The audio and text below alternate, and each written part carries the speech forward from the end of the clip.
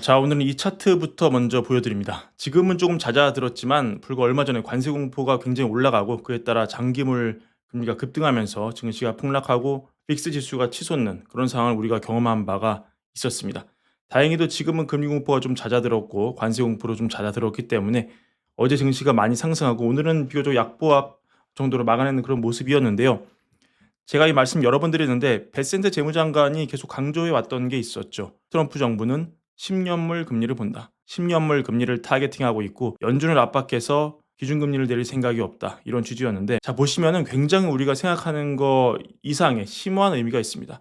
이 그래프를 보시면은 이 노란색이 S&P 500 지수입니다. 파란색이 10년물 금리고요. 그리고 이 빨간색이 무브 지수라고 하는데 한마디로 쉽게 말해서 이 채권 시장의 변동성 지수입니다. 국채 시장의 빅스 지수라고 볼 수 있습니다. 이 수치가 높으면 어떻습니까? 국채 시장의 변동성이 크다는 그런 얘기입니다. 그만큼 공포스럽다는 거죠. 이 그래프 직관적으로 보시면은 굉장히 일정한 흐름을 우리가 찾을 수 있습니다. 일단 10년물 금리랑 S&P 500은 어떻습니까? 정확히 일치하는 그런 그림이라고 보기는 힘들죠. 왜냐? 이 국채 금리는 인플레로 인해 자극받는 존재이기도 하지만 반대로 성장성에 대한 기대감으로 또 자극받을 수 있는 그런 존재이기도 하기 때문입니다. 인플레 때문에 금리가 오른 거면 증시에 마이너스지만 성장성 때문에 금리가 오른 거면 증시에 사실 나쁜 게 없기 때문이죠. 이런 성질이 다른 변수가 섞여 있기 때문에 사실 S&P 500과 이 10년물 금리 요 노랑이와 파랑이의 이 그래프를 보시면은 이렇게 동행하는 구간도 있지만 이렇게 역행하는 구간도 있습니다. 그래서 바로 이거다 이렇게 딱 떨어지게 설명하기는 좀 힘듭니다. 근데 이 채권 시장의 변동성을 뜻하는 이 무브 데이터와 S&P 500을 보시면은 굉장히 지금 비슷한 움직임이죠. 그렇죠? 얘가 내려가면 올라가고 올라가면 내려가고 그렇지 않습니까? 보이시나요, 여러분? 그래서 요거를 뒤집은 거를 봤더니 이게 웬일입니까? 굉장히 동행성이 짙은 그런 모습을 우리가 볼 수 있습니다. 이 무브 데이터의 역수 그리고 S&P 500 굉장히 동행성이 크다.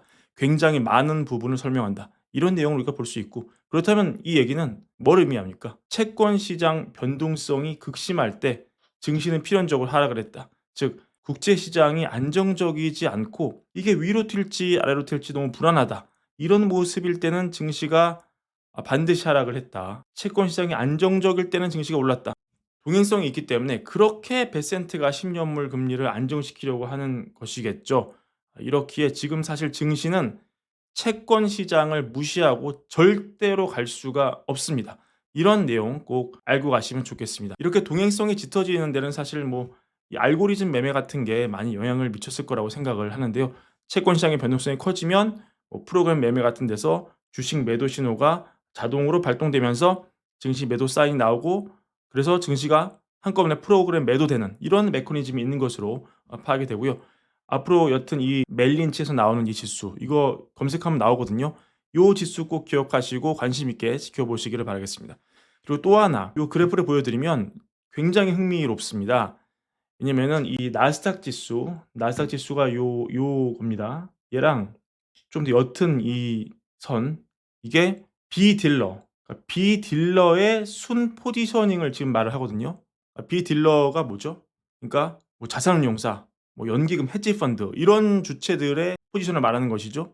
근데 이게 너무나 당연하게도 기관들이 롱을 많이 잡고 있으면은 지수가 많이 올랐고 그렇지 않은 경우는 일반적으로 좀 떨어지는 그런 모습을 우리가 많이 보고 순간순간 요렇게 좀 역행하는 모습이 일부 관측되기도 하는데 지금은 보시면은 이 격차가 너무나 큽니다. 굉장히 지금 최근 케이스를 찾기 힘들 정도로 굉장히 이격도가 벌어진 그런 상황이죠. 그럼 뭡니까? 나스닥은 상승 중인데 비딜러 포지셔닝은 급락하고 있어요. 그러면 이 기관들이 주식을 팔고 있거나 숏을 치거나 그런 거죠. 그럼 이게 결론은 둘 중에 하나입니다. 뭐가 되겠습니까? 큰손 기관들이 지금 계속 이 나스닥이 오르는 이 시점을 기회를 삼아서 계속 팔고 있다. 차익 실현하고 있다. 그렇죠? 아니면 뭡니까? 이게 기관들이 미처 못 들어오고 기관들이 못 들어온 사이에 이게 증시가 너무 오른 거예요. 그죠? 그러면은 여기서 계속 기관들이 매수를 안 해주면은 결국 이게 단기 거품이기 때문에 이렇게 내려올 수밖에 없는 거고, 여기서 큰 손이 기관이 이 시점에서 매수를 해줘 버리면은 이게 더 갈 수 있는 겁니다. 이런 논리가 되겠습니다.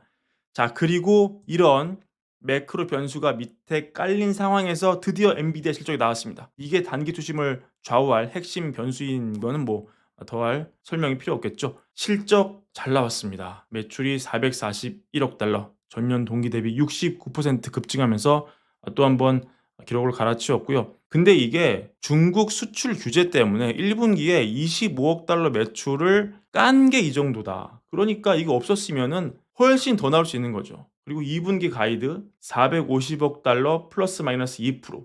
이거는 H20 매출 80억 달러를 까고 남은 게 이 정도입니다. 중국 수출길이 막혔는데도 이 정도다. 이거는 엔비디아의 정말 엄청난 파워를 보여주는 것이고, 앞으로도 AI의 성장성이 굉장히 높다, 이런 걸 보여주는 정말 상징적인 숫자가 되겠습니다. 결국은 중국 제외하고도 엔비디아가 다른 곳에서 손실을 상당히 많이 날 수 있다는 신호죠. 다른 데서 얼마든지 잘 팔아먹을 수 있다는 얘기입니다. 그리고 사실은 또 하나 중요한 포인트 중 하나가, 제가 요거 유심히 봤는데 HC 관련해서 제가 지난 영상에도 설명드린 바 있는데, 젠슨 왕이 55억 달러를 손실 처리한다고 했어요. 근데 이번에 보니까 45억 달러만 했더라고요. 이거는 아마 나머지 10억 달러 이 반제품 형태로 나온 거를 일부 재활용해가지고 써먹었다는 얘기죠. 그렇다면 앞으로 지금 엔비디아가 또 중국향 저가형 제품을 내놓을 계획이기 때문에 더 광범위한 재활용도 가능할 수 있지 않을까, 이런 기대감 나오게 하는 배경이 되고 있습니다. 그래서 제가 지금 캡처한 시간 기준으로 엔비디아 시간 외에서 6% 가깝게 지금 상승하는 모습 보여주고 있습니다. 참고하시기 바랍니다. 그리고 오늘 엔비디아 관련 뉴스 좀 있으면 젠슨형 인터뷰 나오고 블룸버그 인터뷰 나오고 또 여러 가지 지금 컨콜이 진행되고 있는데, 제가 지금 시간 관계상 그 내용까지 담을 수는 없고요. 요 내용 다 모아서 우리 오찬종 특파원이 특집 영상으로 다룰 예정이니까 놓치지 말고 꼭 시청하시기 바랍니다. 마지막으로 테슬라 뉴스 하나 가져와 봤는데, 테슬라가 로보택시 이 서비스를 다음 달 12일 오스틴에서 시작할 예정이라고 블룸버그가 보도했습니다. 보도에 따르면은 요 일정은 내부적으로 논의가 된 거고 변경될 가능성도 있다고 이렇게 나오는데요. 테슬라는 여기에 대해서 긍정도 부정도 하지 않았습니다. 머스크가 강조하지만 머스크는 이 테슬라가 저가형 전기차보다 로봇 택시 서비스 그리고 옵티머스 로봇 이런 거에 집중해서 부가가치가 높은 거에 집중해서 테슬라 가치를 올리겠다, 이런 전략을 이미 발표하지 않았습니까? 따라서 테슬라 기업 가치 이런 전략 굉장히 많이 좌우될 텐데요. 오늘 같은 장우 시간 기준으로 내려갔던 테슬라 주가는 좀 만회하는 그런 모습입니다. 자, 오늘 준비한 영상 이것으로 마무리하고요. 월걸 구독과 좋아요 많은 사랑도 함께 부탁드리고, 저희 아까 말씀드렸다시피 이 엔비디아 관련 뉴스 오찬종 특파원이 전하는 이 후속 뉴스도 꼭 관심 있게 지켜봐 주시면 좋겠습니다. 감사합니다.